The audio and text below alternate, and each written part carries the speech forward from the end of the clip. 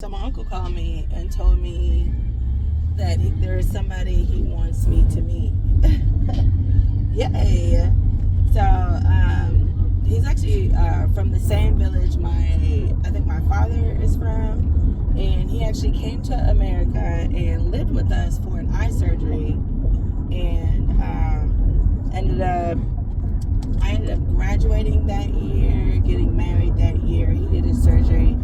I think he stayed there for some time, maybe 2 years, and then he moved out.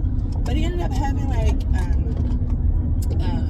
kids over there. But then he got married over here, brought his kids over there, divorced his wife, and then married over here. Well, he just called me last week. That had to be Thursday, and was just like, hey, because I saw you get married, and I remember living in your home and seeing you have issues that your parents weren't able to see because they were at work, but I was, at home watching your ex-husband call you and tell you, oh, let's get prepared for this wedding, but he would be irrational. I remember trying to help you work it out while you were married, and I remember encouraging you to see it through before you get married. And while you were married, I saw you doing things I didn't see you do while you were living with your parents. Maybe because you were studying to complete your master's or whichever. But because of that, I spoke highly of you to a man, and I told him that, I know that she's born in America, but she has Nigerian traditional values, and I would like for him to meet you.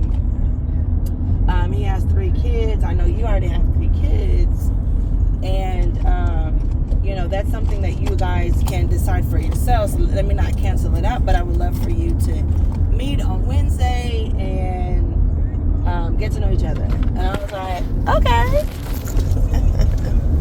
Because my mama brought me some pictures of 2 men. One of them was not attractive, and I spoke to him for a little while, but he was still based in Nigeria. And there was some guy bouncer from the club that was just like, yo, hit me up on Facebook. And I hit him up on Facebook, and we started talking every day, and I like those.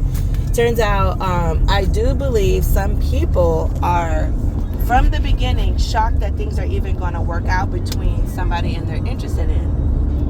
And somebody that they're interested in doesn't necessarily mean that they have the mindset or the matching behavior to maintain it. And I do think that some people just be self-sabotaging. And he was like, oh, you're too judgmental, which I may definitely need to work on. But he wasn't straightforward. I think he tried to judge me because I paid $2,100 for rent. I pay all my bills. Not proud about that, because I know that it's God that helps me pay. And I know that it's God because he arranges certain bills to just come late, or certain bills to just certain companies that I haven't paid yet, like my water or my internet or whatever. Sometimes they just work with me, and I'm like, that's all God. You know what I'm saying? Whoever was on the phone that day or whatever. And I'm every month for the past 3 years, I've been able to pay my bills. Glory be to God. Not taking pride of it, because I did find that I need to put my eyeliner on, because when I say my eyeliner excuse me, I need to stop coughing like that. But I used to find my identity in that, and I think that verbally and spiritually wards off that I want, putting me in the helper position. I want to be a helper. I'm the woman, I'm the lady. I want to be somebody's lady, not just, in the masculine. So, provider.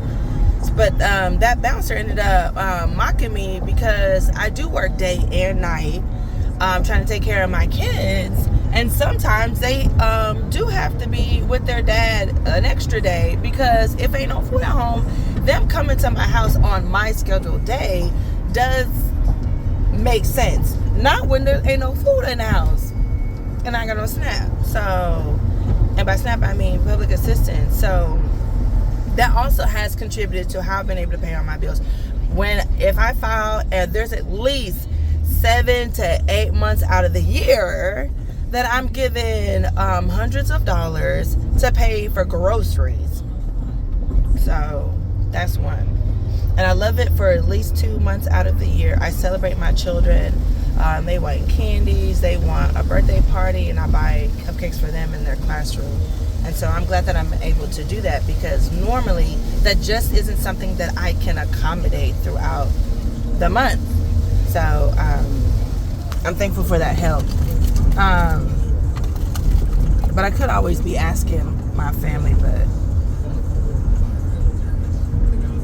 if I got it, then I'm good.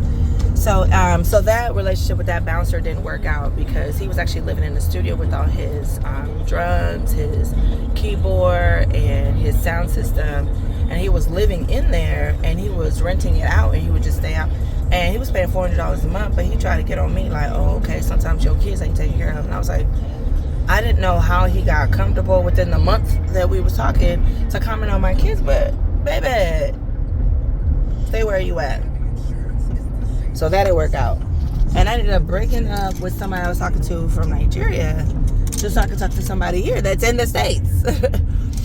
But he was a jerk for that. That bouncer was a jerk for that.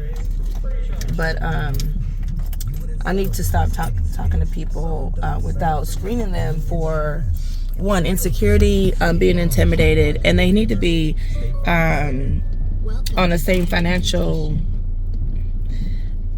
They need to be having something going on. You know what I'm saying? I felt like he did, because he was a bouncer and he had a studio. I was like, okay, good. But he didn't say that he lived in it. So he is living $1,000 different than me. You know, that's how you're able to manage stuff. And that's good. But I think he also needs to mentally acknowledge that if he actually had like an apartment separate from that, then my life makes sense and his would be not feasible. Stop. He was judgmental for that.